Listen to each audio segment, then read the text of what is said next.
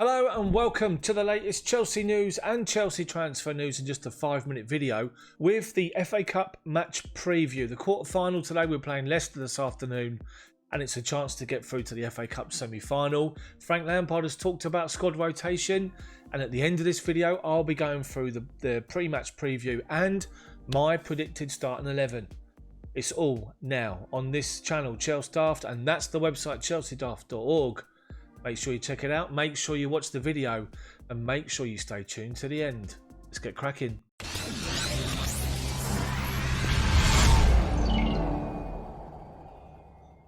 So first up, we have to talk about the leaked Chelsea kits that have appeared online. The website footyheadlines.com always seems to get the march on everybody else and gets hold of the designs for the leaked kits. And they've put up the design for the new Chelsea kit with a new sponsor, which is the Mobile Network 3, which comes into effect as of this Wednesday. And I want your opinions. Now, as we know, our kit looks like this, the home kit, and I've always thought that's terrible. I thought it's an awful kit. I don't know what Nike were thinking. I know back in the day, Man United had that red kit with the Old Trafford sort of on the back, but that's supposed to be Stamford Bridge on there, and it's horrific, you have to say. So's the design for the new kit next season. Now, I don't think that looks too bad. I actually think that's decent. Nice, plain, to the point. The logo's massive, but apart from that, it's alright. Goalkeeper's kit looks like this. Standard, not too bad, apart from the wavy stuff on the front. I can't see why you just can't go plain green. Idea for the away kit. What do you think of that? Potential colour. Not confirmed, but potential colour.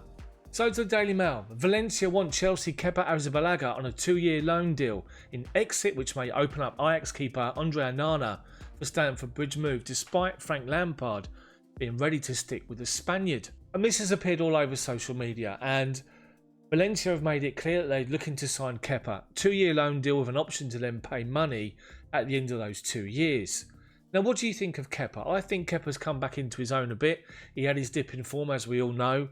Under Frank, he was dropped, but then he come back in before the season was postponed. Played well for a couple of games, and he's been okay for these games that we played. Yeah, Kevin De Bruyne's free kick the other day was class. People are criticising that he should have done better with that, but I'm not being funny. It was a brilliant free kick, and sometimes you've got to hold your hands up. But it's interesting to see what Frank Lampard would do, because the report believes that Frank Lampard wants to stick with Kepa. What's appeared over the course of this weekend is interesting, because a new target as a number 1 goalkeeper replacement for Kepa, if he does go, if he's allowed to go to Valencia, has appeared. Chelsea put Everton star Jordan Pickford on transfer wish list as Kepa exit plan emerges, and they run with the article with the story about Valencia, and they believe that Jordan Pickford is the new target.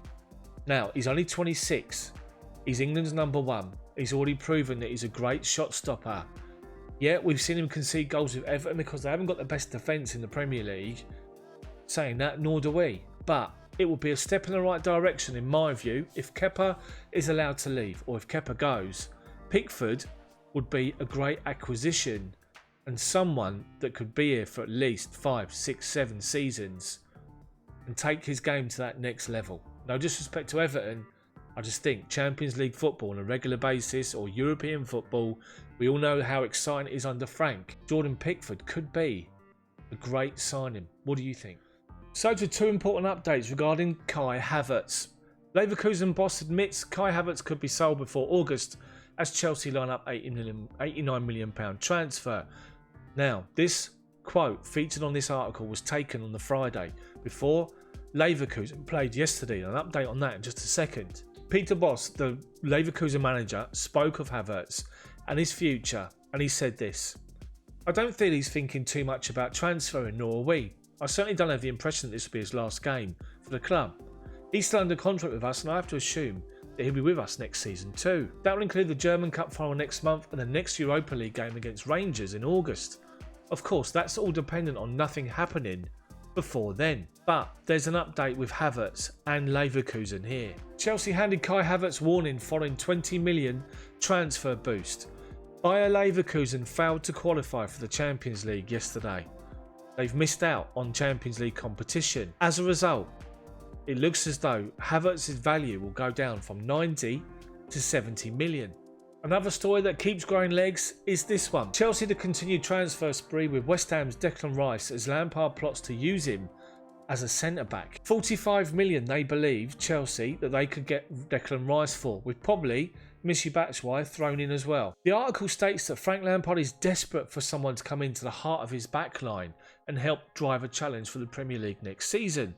Is Declan Rice the answer as a centre-back? Look at the 4 centre-backs we've already got. Is he better than any of those? Is he better than Fikayo Tomori? Is he better than Kurt Zuma? Possibly. Is he better than Rudiger? Is he better than Andreas Christensen? We keep being linked with Declan Rice and keep being linked with the fact that he can come in as a centre-back. But who out of our 4 would leave? You'd have to believe it will probably be Kurt Zuma. And I think that's tough on Zuma. Obviously Rice is a better ball-playing defender.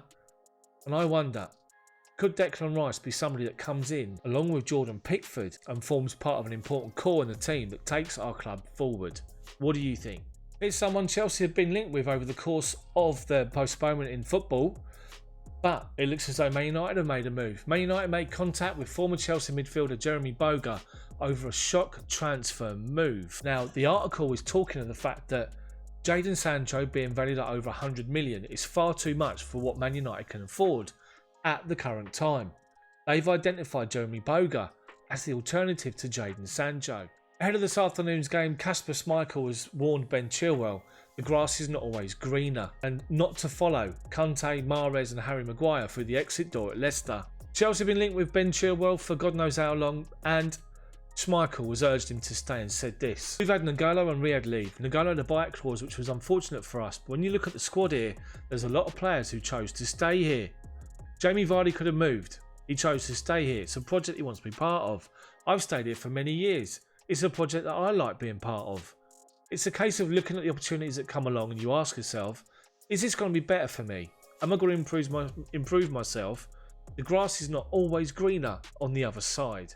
Finally, in this section of the video, the news section, Timo Werner breaks record in final RB Leipzig appearance before the Chelsea transfer. Werner scored twice as they beat Augsburg 2-1, and in doing so he overtook Daniel Frahn to become RB Leipzig's top goal scorer in the club's history with 95 goals. So looking forward to him being with us next season. So Chelsea fans, this is the next part of my video. This is now the pre-match preview for Leicester this afternoon in the FA Cup. It's not going to be an easy game. Leicester are doing fantastically well in the Premier League under Brendan Rodgers, using their 4-1-4-1 formation, and I expect them to do the same again today. As for Chelsea, Frank Lampard has already indicated there's going to be a whole host of changes. He needs to use the squad. With West Ham coming up on Wednesday, we need to rotate the players. Think about the game against Man City and the team that started. The same, obviously, goalkeeper and back four were the same. Those 5 players remained intact, but I think that'll be changed today. In the middle of midfield against Man City, we saw a couple of changes, and then up top we saw a change or two. Today against Leicester, I think it's a difficult game, but it's one we've got to come through. If we beat Leicester, we get into the semi-final of the FA Cup. Now let's have a look at the situation regarding the goalkeeper. I think Caballero will come in and he'll replace Kepa. Kepa's done okay since he's come back into the side, and that was before, as I said earlier in the video, the news video, that he did well before the situation with football was postponed, and he's done okay since we've been back playing football. The back four, I consider have big changes. I think we're going to see a change at right back. Reece James will come in at right back. Tony Rudiger will play alongside Kurt Zuma. Fikayo Tomori is not available, and Andreas Christensen will be rested after a good performance against Manchester City the other day. Left back is interesting. Could we see as Cesar Azpilicueta move to the left hand side and give Marcos Alonso a break, or can we see Emerson? Could it be the perfect opportunity to rest Cesar Azpilicueta? I think possibly so, and I think Emerson will start on the left hand side. Into the middle of midfield and more changes. We saw the start of the game the other night, Ross Barkley, Mason Mount and N'Golo Kante. I think all 3 players will be rotated in this particular game. The Premier League is all important. N'Golo Kante has been a revelation since we've come back and started these games against Villa and against Man City, playing in his natural position in front of the back 4. He'll be protected today, and we'll see Jorginho come back in his position in the middle of midfield. Alongside Jorginho, Ross Barkley and Mason Mount will both be rested. Mason Mount has been everywhere in the past 2 games, And I think you're going to see Mateo Kovacic, who didn't start against Man City. He'll start today. And Billy Gilmour will be given a run today in the FA Cup against Leicester. He played fantastically well against Liverpool. He'll start alongside Jorginho and Kovacic today. Up front, there'll be more changes. We saw Willian, Olivier Giroud and Christian Pulisic start the game the other night.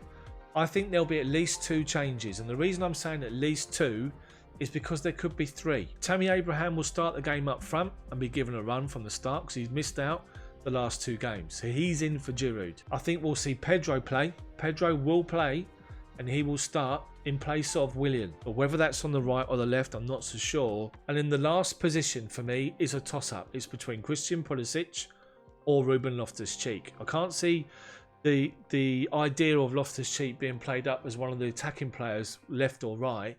I think for me he should be in the middle of midfield. But Billy Gilmour's going to play there today, so he could do a job. But I would not be surprised if Christian Pulisic starts this game, having been a sub against Villa. That's going to be my team, which you can see here. Caballero, James, Rudiger, Zuma, Emerson, Jorginho, Kovacic, Gilmour, Pedro, Abraham, and I'm going to go Pulisic. That's the starting 11. Chelsea fans, what do you think of that starting 11? Would you agree with it? Would you go with it? And what do you think of the game today against Leicester? Leicester are missing 2 players. Ricardo Pereira, the right back, is out, missing. And Amati's missing as well. They still got a strong team and a strong squad. I think it's a game Chelsea can win. And I think a couple of goals in the first half would be nice. Or at least an early goal. Let me know what you think about anything discussed in this video today. The news section and this video at the end of the video. In the comments section below. Do me a favour, smash the like button if you like the video for me, and then subscribe to the channel if you haven't done so already. But make sure you hit the bell for notifications so you don't miss when my videos come out, which is normally daily. I had a day off yesterday. Normally daily. I'm getting well into it next week. I've got a week off on a holiday from work, so there'll be plenty of content, so make sure you stick around for that. If you're looking for more content from my channel, then make sure you look at these videos here. There's plenty on there for you to digest before we play the game this afternoon. And then after the game today, I'll do a quick 5-minute roundup of the game and everything that happened and took place. And that'll be out around 7 PM this evening. Thank you so much for watching. Enjoy the game. Enjoy your afternoon. See you later.